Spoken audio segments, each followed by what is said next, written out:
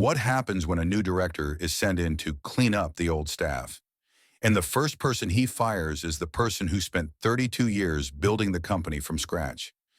He doesn't even realize that this person doesn't sue, doesn't complain, but comes back. What happened next left the board without words and without power.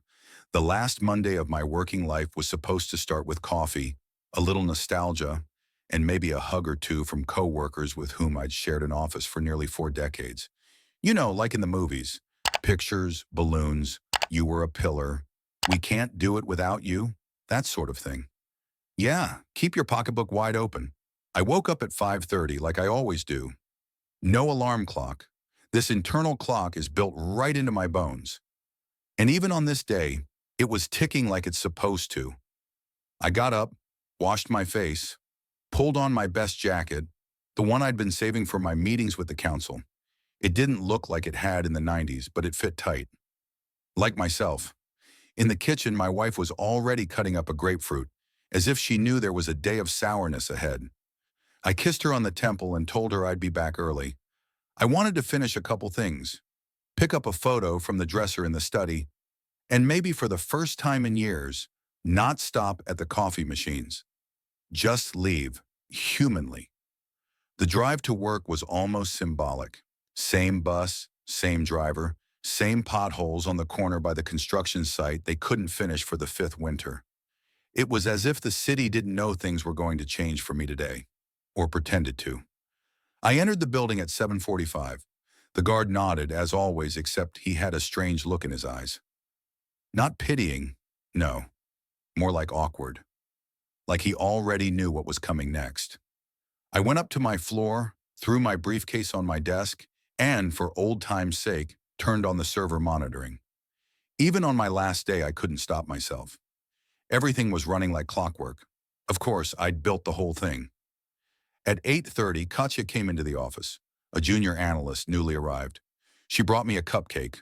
With frosting, it said, "Thank you for everything." I was almost moved, almost. And at 8:52, I got a call from the extension. "Herman Alexeyevich, they're waiting for you in the office of the new general manager. It's urgent." The new general, a guy from the head office. He came in a week ago, all in expensive suits with a clipboard instead of a notebook. About 20 years younger than me. Too confident, too frumpy. In my world, they didn't call them executives, they called them boys with ambition. I'm going up to the 21st floor. The door is glass, the reception area is like a bank. I go in. He sits at his desk, doesn't look up. He just says, "Sit down." I sat down. Across from him is a face with no emotion. It's like he's a neural net. "We looked into your story at the company. Impressive, no doubt. But times call for change. We need new thinking, quick decisions, flexibility." I listened to him like he was reading an executive manual from TikTok. "Are you saying I'm getting fired?" He finally looked me in the eye. "That's right. Today is your last day. Compensation will be transferred. Thank you for your contribution. That's it. No goodbye. No sorry to lose. Just thrown away. Like an old printer." I didn't say a word. Just stood up, picked up my briefcase, and walked toward the exit. Downstairs, the guard averted his eyes. Katya sat at the monitor and seemed to freeze when I passed by.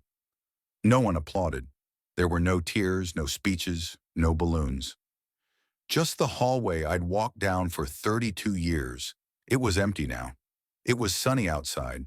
Silly, out of place. I wanted rain. Or hail. I sat down on a bench across from the building and looked up at it. Those windows, those walls, they were part of me. And now I'm not a part of them. My phone vibrated, a text from the bank. The compensation had arrived. It's legit, clean, clean. Like a surgical incision without anesthesia.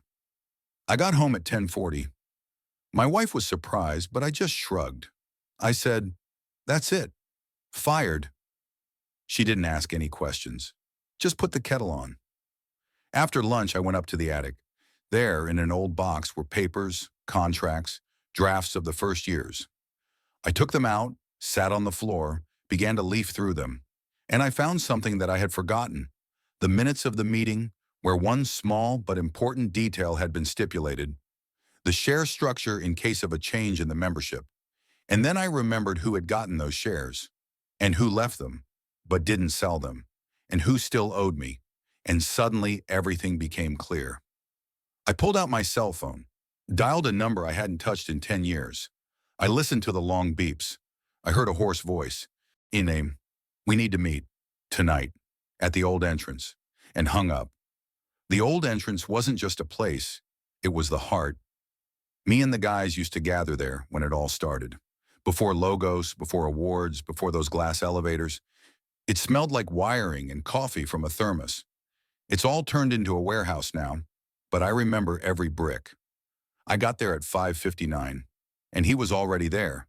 Igor Kachenko, the first engineer, the first to get the server room back on its feet. Gray-haired with a cane, but with eyes like a fighter. We didn't hug, just nodded. Men who didn't need to explain anything else. 10 minutes later, Von Steen came up, the Belgian who supplied us with our first logistics system in '94. He had a slight limp, but he looked like he'd come back from the front. Next was Marina Kovalchuk, the accountant who had sorted out that hell with the tax authorities in 2002. I hadn't seen her in 15 years. "He threw you out?" Igor asked. I just nodded. "So it's time to do what we should have done 10 years ago." And he pulled out a folder. Stocks, options, arrangements that no one had canceled, just forgotten. Von Steen grinned. "You think I've held 6% for nothing all these years?" I looked at them. These people weren't stars. They were the foundation. And I, as it turned out, was still one of them. "We can put together a package big enough to block the council's decisions," Marina said. "Initiate a strategy review, maybe even revise the governance structure. We have 2 days." I nodded. 2 days, and if we do this, it won't be for revenge, for respect. They silently agreed. There was no pathos, just business. I came home late. My wife was asleep, but she'd left a note in the kitchen. "Still need you." And that, damn it, was more important than any protocol. The next morning, I woke up without an alarm clock. My eyes opened, and there was no rage or pain in my chest, just a cold clarity, as if someone had finally turned off the background noise. I sat down at the kitchen table with a notebook, an old one with a leather cover, started writing names, one by one, not just former co-workers, contributors, those who had once invested not in interest, but in principles. The first on the list was Mikhail Chaikin. At one time, he held 4.5% in the form of options when we went public. Then he left after a falling out with the board. I knew where to find him. He was now teaching at the university and playing the double bass in the evenings, in a bar on the corner. Next up was Nadezhda Klueva. Always in the shadows, but in 2009, it was she who saved the server room from a fire. She had shares, and more importantly, she had a memory. She hadn't forgotten who we started all this for or why. By noon, I had 9 names. 9 people who didn't need presentations. They needed one thing, a reminder of who we were. I started making calls, one by one. No scripts, no falseness. "Hi." Cell phone rings. "It's Herman. I got kicked out." "Yeah, that's right. On Monday. But I'm not calling to complain. I want my voice back. Not for me, for us." And I didn't hear pathos. I didn't hear pity. I heard silence. And then a firm "I'm in." By evening, I was sitting in the same chair where we discussed the first deal with the Japanese in 2001. Only now with a laptop and a shareholder summary. I knew how much we needed. And I knew that tomorrow we would start. Not war, not a rebellion, a comeback. Quietly, stubborn, like we've always done. Last on the list was a man I hadn't thought about since he left in 2010, Daniel Zuev, the same one who once saved the company from a takeover, but then gave up all his positions, saying, "I have nothing more to say to you." I knew that if he responded, anything was possible. I stared at the number for a long time, then I pressed it. "Herman? Hello, Dan. You must be surprised to hear my voice." "A little. You're not the kind of guy who calls for no reason." "I got fired." Silence. Long. Deafening. "So?" "And I'm taking back what I built. Not with fists, with numbers, with memory, with people who haven't forgotten why we started. I'll see you Friday. I'll have something for you to sign. I didn't smile. I just nodded. Even if he hadn't responded, I would still have continued. But he did. And now everything was falling into a rhythm, the familiar rhythm of those who didn't give up when they were crossed off. It was 23:17 on the clock. I turned off my laptop. I got up. And for the first time in 3 days, I felt not anger, not resentment, but something else. Purpose. What happened next changed everything.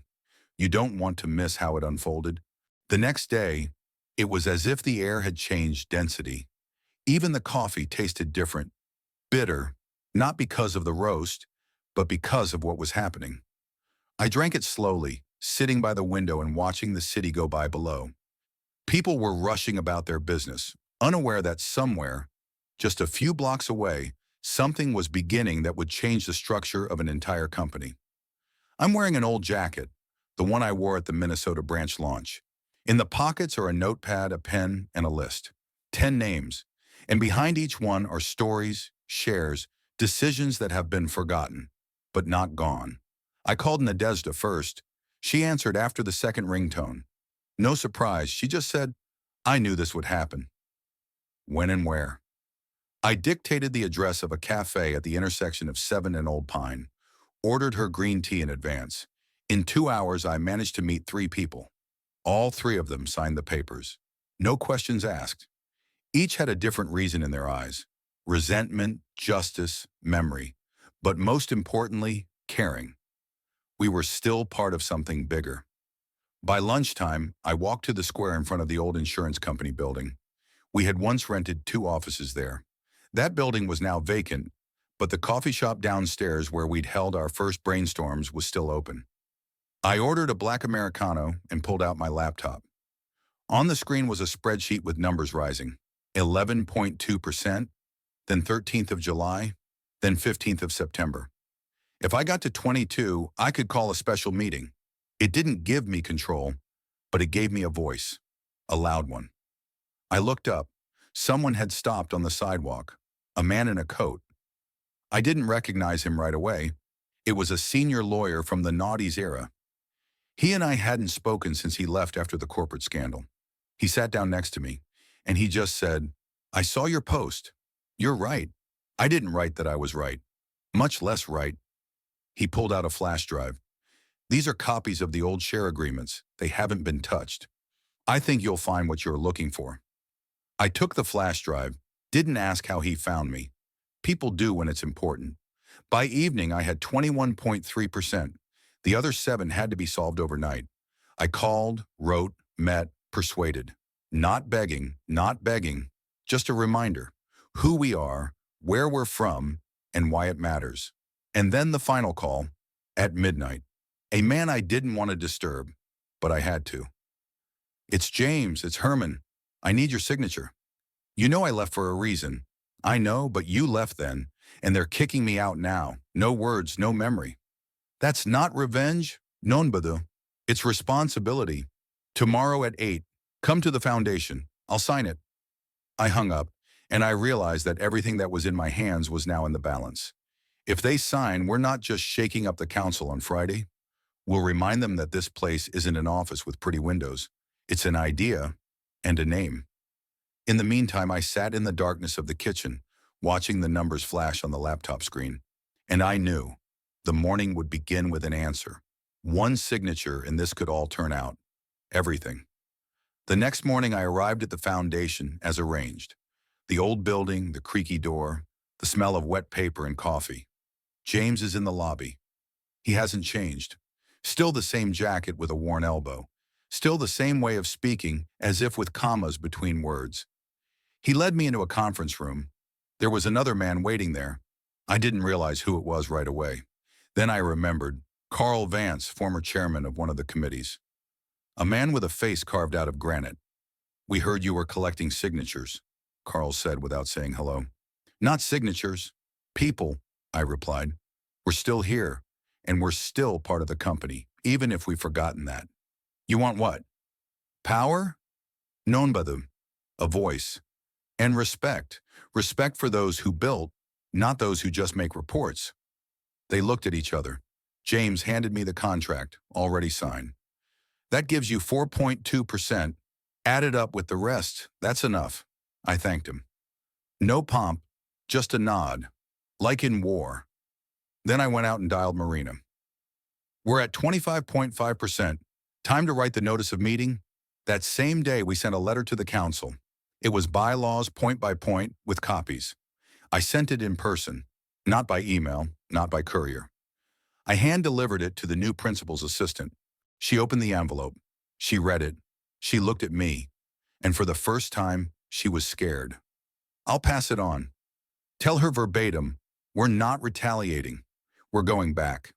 After that, it was a flurry. I got calls, I got emails. They invited me to a discussion. I didn't go, because there was nothing left to discuss. We had a voice, and we used it. I sat in the library and revisited old photographs. There were faces, smiles, dust on desks, and dreams in eyes.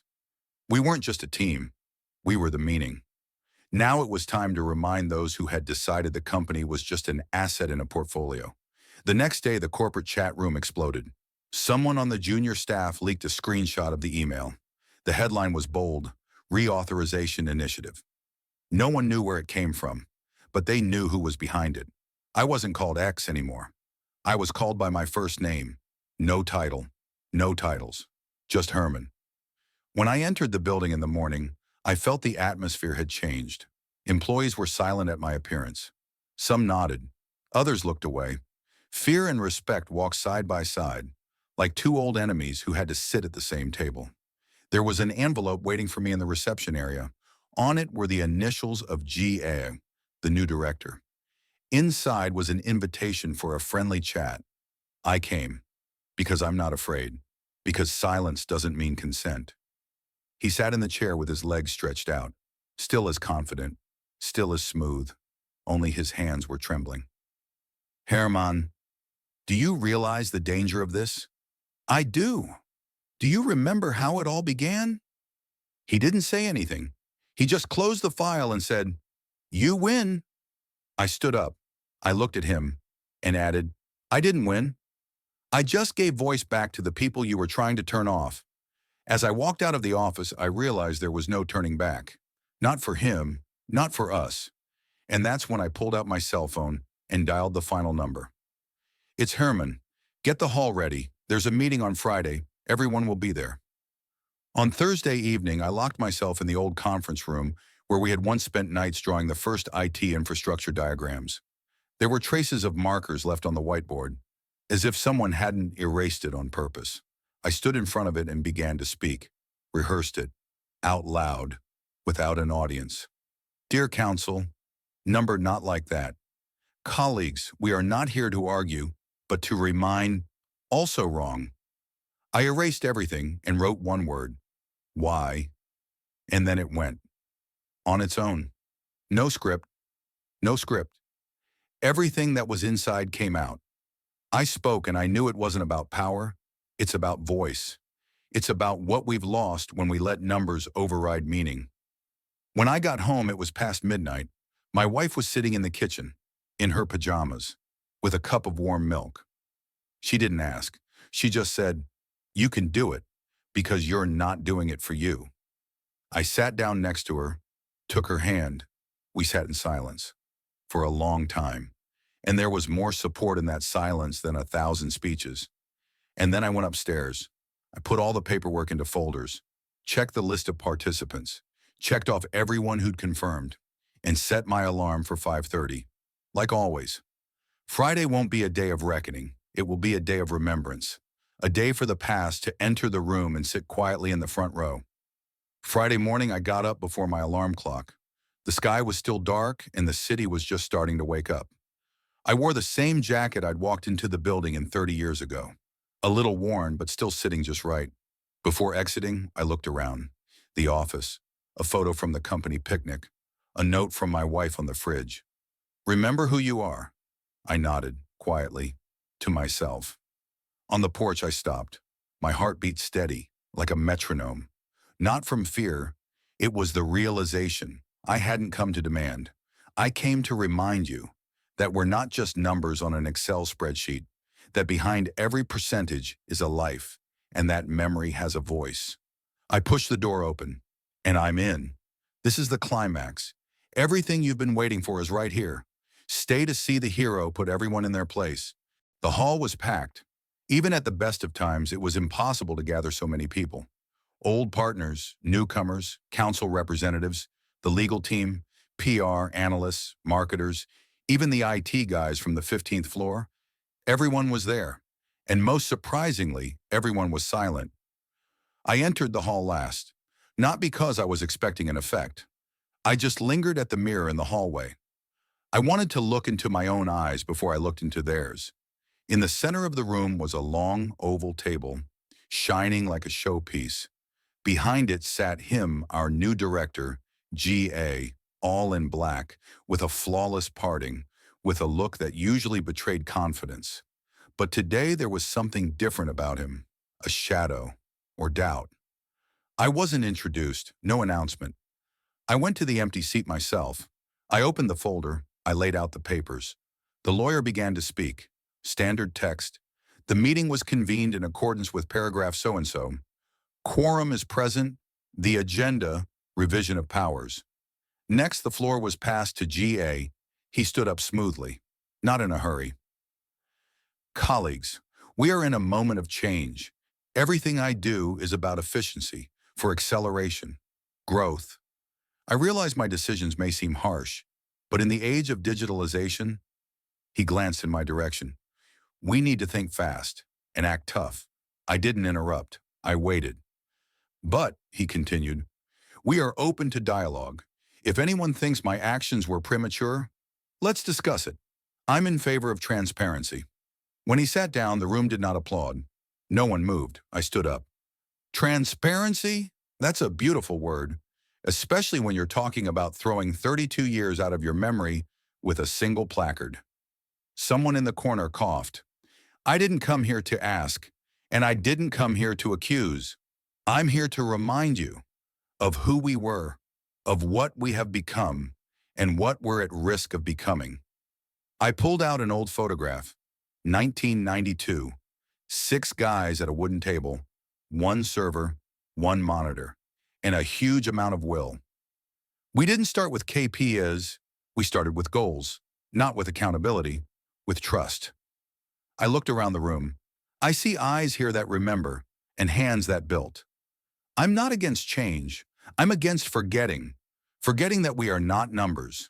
We are history, and it demands respect. I put the photograph on the table. Next to it are copies of minutes, letters, share documents, collected signatures. We don't demand, we act. And in accordance with the Articles of Association, based on the votes of minority shareholders, we demand a review of the management structure. The lawyer nodded. The papers went round and round. G.A. didn't move. You're making a mistake, he said quietly. It will cost you dearly, and not to me. I looked him in the eye. You know what costs a lot? Forgetting the people who built all this for you. He looked down. The vote lasted 11 minutes. All the votes were on paper. No intrigue, no shouting. Just the facts. Bottom line, suspension of the current CEO until an independent audit is completed. Appointment of an interim manager. Me. I didn't smile. I didn't stand up. Just signed the paper and handed it to the secretary. After that, there was silence. A long silence. Like a pause before the last chord. Then there was applause. Not loud, not like in the movies. Real. Warm. Live. I left the hall through a side door. I walked down the hall alone. On the walls were the same pictures. I stopped at one. We're in the shop. Young, stupid, but stubborn.